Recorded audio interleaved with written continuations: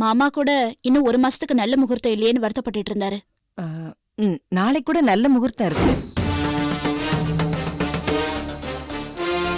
இந்த குடும்பத்துக்கு மூத்த மருமகங்கிற முறையில அவங்களுக்கு நடக்க வேண்டிய சடங்கு சம்பிரதாயத்தை நீ பார்த்து முன்ன இருந்து நடத்தி வைக்கலாம்ல. சரி, நானே பாத்துக்கிறேன்.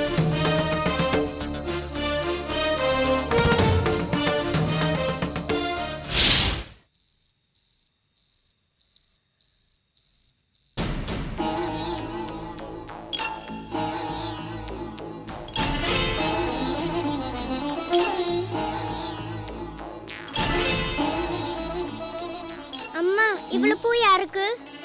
இளவரசி சித்திக்கிடே. இளவரசி சித்திக்கு இவ்வளவா? அம்மா, நான் கொஞ்சம் எடுத்துக்கிட்டா? கொஞ்சம் என்னடா, எல்லா பூவும் நீயே வச்சுக்கோ.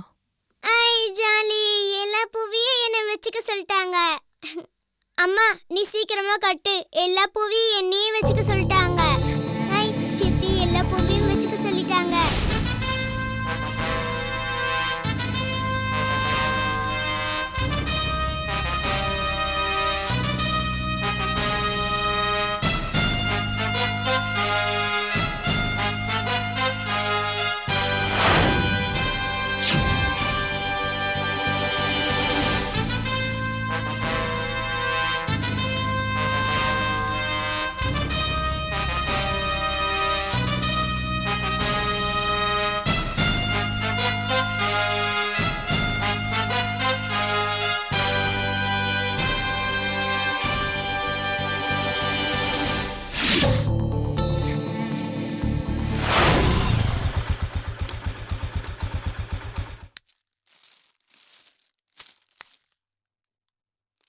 என்ன நீ இன்னும் பூ கட்டிட்டு உட்காந்துருக்கீங்க? இத முடிஞ்சிருச்சு சண்முகம். சரி, பழம் ஸ்வீட் எல்லாம் வாங்கிட்டு வந்திருக்கேன்.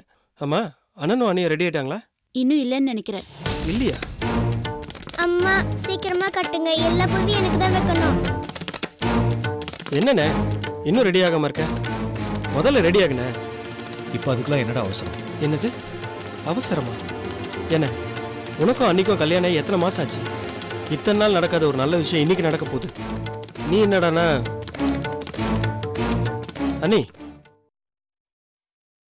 நீங்களும் ரெடி ஆகலையா? என்ன நினைச்சிட்டு இருக்கீங்க உங்க மனசுல?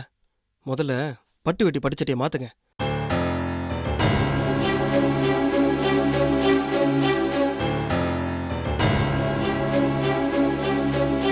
அண்ணி, பூ கட்டின வரைக்கும் போதும். நீங்க போய் இளவரசி அண்ணியை ரெடி பண்ணுங்க. ஷாம்லி, உள்ள போய் தூங்க. அம்மா அம்மா, எனக்கு தூக்கம் வரல. போடி உள்ள. அம்மா வரேன்னு சொல்றேன்ல. படிச்சட்டெல்லாம் உள்ளதானே இருக்கு. ஆமா.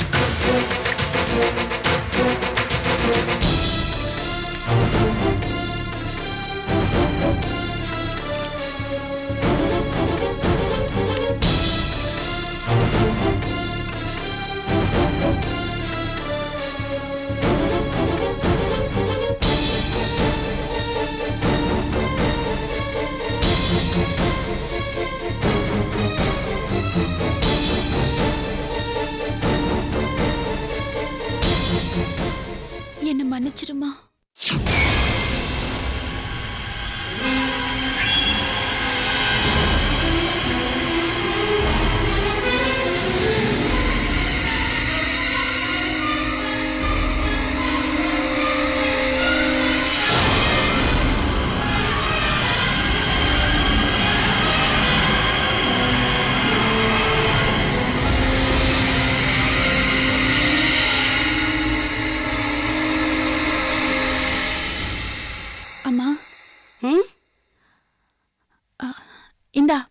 பால் சாப்பிடு.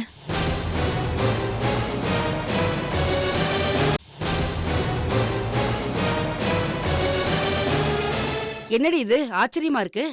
நான் எப்பவும் கடையை எடுத்து வச்சுட்டு வரதுக்குள்ள நீ சாப்பிட்டு படுத்து தூங்கிடுவ. கை கால்ல அசதியா இருக்குமா, ஒரு வாய் சாப்பாடு போடுமான்னா கூட போமான்னு திரும்பி படுத்துக்குவ. இன்னைக்கு என்னடான்னா உட்கார வச்சு சாப்பாடு போட்ட, இப்ப பாலை குடின்னு கொண்டு வந்து குடுக்கற. என்னாச்சு உனக்கு? என்னம்மா எப்பவும் ஒரே மாதிரி இருப்பனா என்ன? எனக்காக தானே நீ இவ்ளோ கஷ்டமும் படுற. அதை தெரிஞ்சுட்டு எப்பவும் உன்கிட்ட மூஞ்சி தூக்கி வச்சிட்டு இருக்க முடியுமா?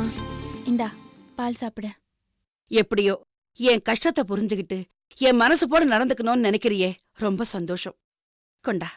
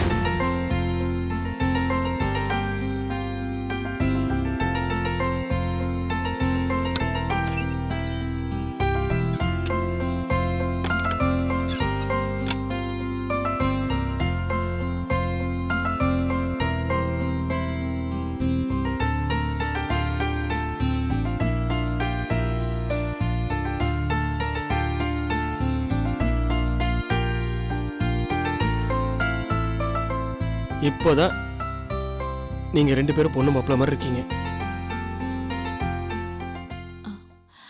சரி, சாமி கும்பிட்டு வந்துருங்க.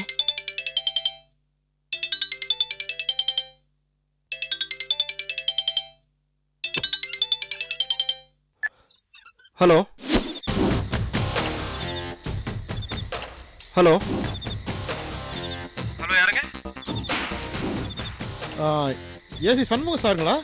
எஸ் சார், நான் கருகம்பாக்கத்துலேருந்து பேசுகிறேன். சொல்லுங்க. இங்கே 2 ரவுடி கும்பலுக்கு அடித்தடி ஆகி வெட்டுக்கூத்து நடந்துட்டு இருக்கு சார். பயமா இருக்கு சார். நீங்கள் சீக்கிரம் வந்தீங்கன்னா நல்லா இருக்கு சார். லோக்கல் ஸ்டேஷன்ல இன்ஃபார்ம் பண்ணீங்களா? சார், நாங்கள் லோக்கல் போலீஸ்க்கு இன்ஃபார்ம் பண்ணி 1 மணி நேரம் ஆகுது சார். யாரும் வரல சார். அதனால சார் உங்களுக்கு ஃபோன் பண்ணிட்டுருக்கேன். ஆமா, நீங்க யாரு? என்ன சார் இது? இங்கே 2 ரவுடி கும்பலுக்கு அடித்தடி ஆகி வெட்டுக்கூத்து நடந்துக்கிட்டு இருக்கு சார். இன்னும் லேட்டாக பார்த்தீங்கன்னா 2 பணம் விழுந்துரு சார். இந்த நேரத்தில் போய் என்ன யாருன்னு விசாரிச்சுட்டு இருக்கீங்க? கொஞ்சம் சீக்கிரம் வாங்க சார். சரி, நான் வரேன். அண்ணி, நான் கொஞ்சம் அவசரமா வெளியே போகணும், நீங்க பாத்துங்க. சரி சண்முகம்.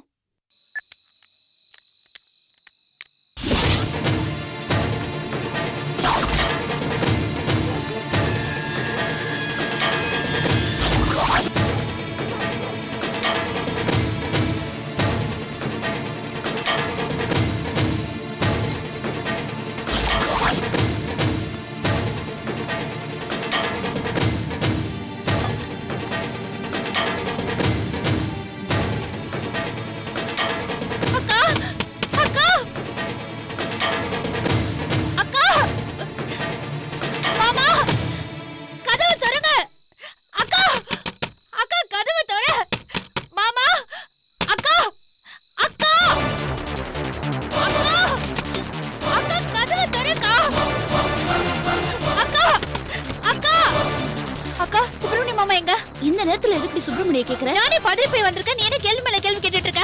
மாமா கத்தாதடி, வா. அறிவு இருக்காடி உனக்கு? வர அத்தரத்துக்கு அப்படியே கொண்டு போட்டுருவேன். இன்னும் கொஞ்ச நேரத்துல சுப்பிரமணிக்கு சாந்தி கொடுத்தோம். இந்த நேரத்துல அவர் போய் தொந்தரவு பண்ண முடியாது. எனக்கும் தெரியும். ஆனா இது அதை விட முக்கியமான விஷயம். மாமா கூப்பிடு. மாமா இங்க பாருக்க, சொல்றத கேளு. தயவு செஞ்சு உன் எண்ணத்தை மாத்திக்கோ. இளவரசி சுப்பிரமணியோட வாழ வந்திருக்கா. அதனால நீ விளையாடிட்டு இருக்காம வீட்டுக்கு போய் சேர வழியை பாரு. நீ நினைக்கிற மாதிரி நான் எந்த தப்பான எண்ணத்தோடயும் வரல. அம்மா வீட்டுல மயக்கம் போட்டு பேச்சு மூச்சு இல்லாம விழுந்து கிடக்காங்க. அம்மாக்கு என்னடி? என்னன்னு தெரியலக்கா. திடீர்னு அம்மா பேச்சு மூச்சு இல்லாம மயக்கம் போட்டு விழுந்துட்டாங்க. அவங்கள ஹாஸ்பிட்டல் கூட்டிட்டு போனோம். அதுக்காக தான் சுப்பிரமணிய மாமாவை கூட்டிட்டு போலான்னு வந்திருக்கேன். சுப்பிரமணிய போய் இப்ப எப்படி கூப்பிடுறது? சண்முகம் வேற வீட்டுல இல்ல. சரி வா, நாம போலாம். என்னக்கா பேசுற நீ? இந்த ராத்திரில நம்ம 2 பொம்பளைங்க மட்டும் போய் என்ன பண்ண முடியும்? ஆம்பளை துணை வேண்டாமா? அதுக்காக தான் மாமா கூட்டிட்டு போலான்னு வந்தேன். தயல், மாமா என்னாச்சு? மாமா என்ன இந்த நேரத்துல? அம்மாக்கு என்னாச்சுன்னு தெரியல மாமா. திடீர்னு பேச்சு மூச்சு இல்லாம மயக்கம் போட்டு விழுந்துட்டாங்க. நான் தண்ணில கூட தெளிச்சு பார்த்தேன். ஆனா அவங்க கண்ணே முழிக்க மாட்டேங்கிறாங்க. எனக்கு ரொம்ப பயமா இருக்கு. வாங்க மாமா ஹாஸ்பிடல் போலாம். சரி அழுவாத, வா ஹாஸ்பிடல் கூட்டு போறேன். சுப்பிரமணி நீ இரு, நாங்க போய்க்கிறோம். என்ன நீங்க 2 பேரும் ஹாஸ்பிடல்ல போய் என்ன பண்ணுவீங்க? நீங்க வீட பாத்துக்கங்க, நாங்க போயிட்டு வந்துறோம். வா சரி.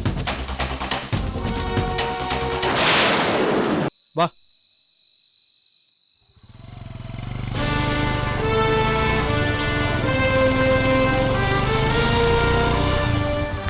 என்னண்ணே எங்க கிளம்பிட்டீங்க?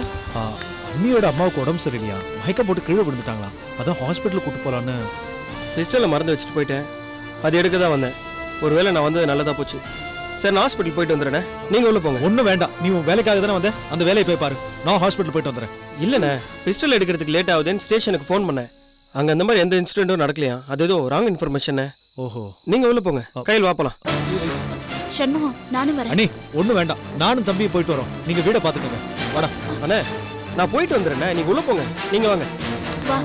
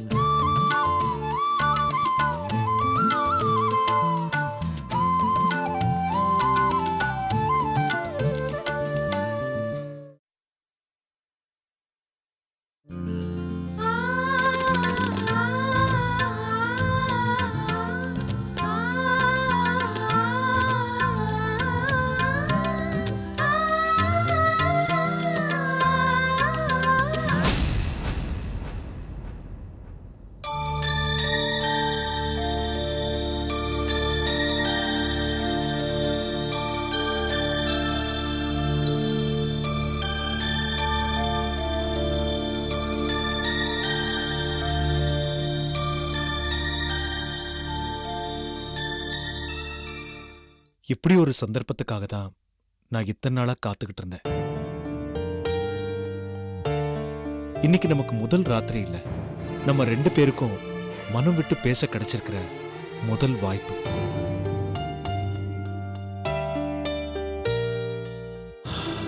இதை நான் அப்படித்தான் நினைக்கிறேன். நீ முதல் தடவை இந்த வீட்டுக்குள்ள வந்தப்போ உன் அம்மாவோட கட்டாயத்துக்காக தான் வாழ வந்திருக்கேன்னு சொன்னேன். இப்ப 2வது தடவையா அதே கட்டாயத்தோட தான் நீ வாழ வந்திருக்கேன்னு எனக்கு தெரியும். பெரும் போராட்டத்துக்கு அப்புறமா தான் நீ இந்த வீட்டுக்கு மறுபடியும் வந்திருக்க. ஆனா உன் மனசுக்குள்ள என்ன இருக்குன்னு இந்த நிமிஷம் வரைக்கும் எனக்கு தெரியாது.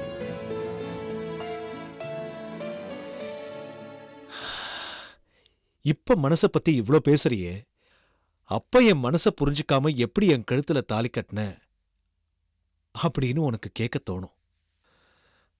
தப்புதான். ஒரு பொண்ணோட விருப்பம் இல்லாம அவ கழுத்துல தாலி கட்டினது மன்னிக்க முடியாத குற்றம்தான். இது ஏதோ எனக்கு இப்ப ஏற்பட்ட ஞானோதயம் நினைச்சுக்காத. பொதுவாவே பொண்ணுங்களையும் அவங்க மனசையும் புரிஞ்சுக்கிட்டு மதிச்சு நடக்க தெரிஞ்சவன் தான் நான். அன்னைக்கு கோயில்ல ஒரு செகண்ட்ல முடிவெடுத்து நான் உன் கழுத்துல தாலி கட்டினதுக்கு காரணம் சந்தர்ப்பமும் சூழ்நிலையும் தான்.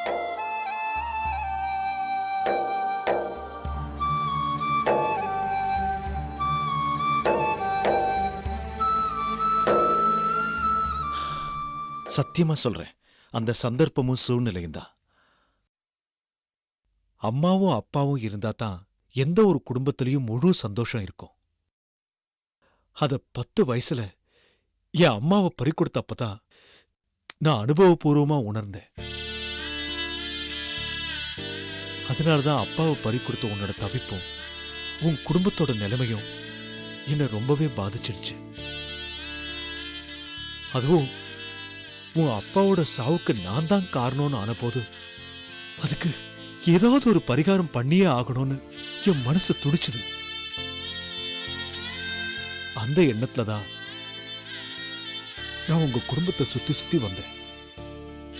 நீங்க எல்லாரும் என்னை அவமானப்படுத்தின போதும், கோவப்பட்டு வெறுப்பு காட்டின போதும் கூட என்னால அதை தாங்கிக்க முடிஞ்சது. இந்த சூழ்நிலையில தான் கோயில்ல 2வது தடவையா மணவர வரைக்கும் வந்து உன் கல்யாணம் நின்னு போச்சு.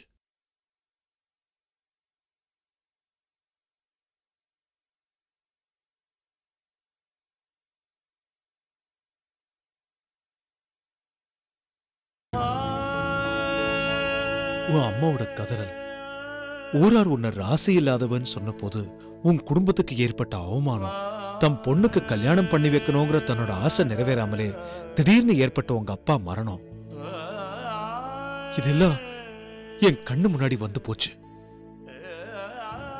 இது எல்லாத்துக்கும் ஒரே தீர்வு, உன் கழுத்துல தாலி ஏறணும். அந்த நேரத்துல நான் எடுத்த முடிவுதான் நம்ம கல்யாணம்.